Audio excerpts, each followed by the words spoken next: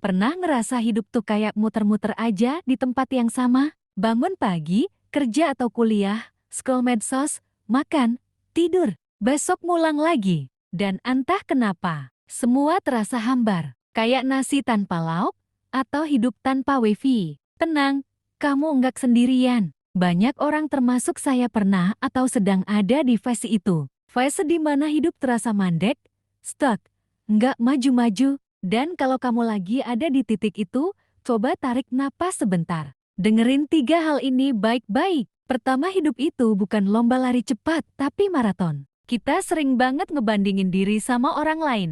Dia udah punya bisnis, dia udah nikah, dia udah keliling dunia, gue keliling indekos aja ngos-ngosan. Tapi tahu nggak, hidup itu bukan sprint, bukan tentang siapa yang paling cepat, tapi tentang siapa yang bisa terus jalan, walau pelan. Nggak masalah kalau kamu belum tahu mau kemana. Yang penting, jangan berhenti total. 1 langkah kecil tiap hari lebih berharga daripada nunggu motivasi besar yang nggak datang-datang. Baca 1 halaman buku, olahraga 5 menit, nulis pikiran kamu di jurnal. Kecil, iya. Tapi konsistensi kecil itu bisa ngedorong kamu keluar dari titik stagnan. Kedua, perasaan mandek itu sinyal, bukan kegagalan. Banyak orang salah kaprah. Waktu ngerasa stuck, mereka mikir, wah, hidup gue gagal. Padahal, justru itu sinyal. Sinyal bahwa kamu udah berkembang, kamu udah sadar.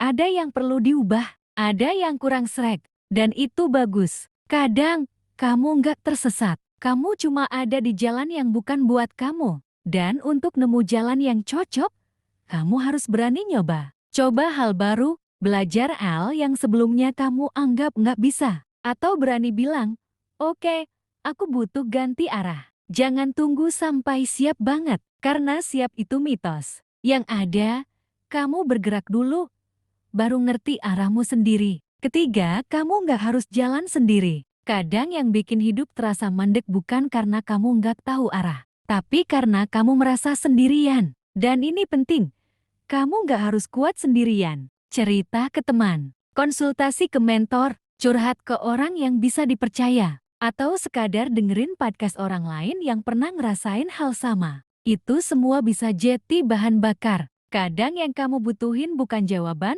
tapi ruang untuk didengar. Dan kalau kamu belum punya orang buat ngobrol, tenang, ada komunitas, forum, atau bahkan ruang-ruang online tempat kamu bisa mulai. Jangan remehkan kekuatan koneksi manusia.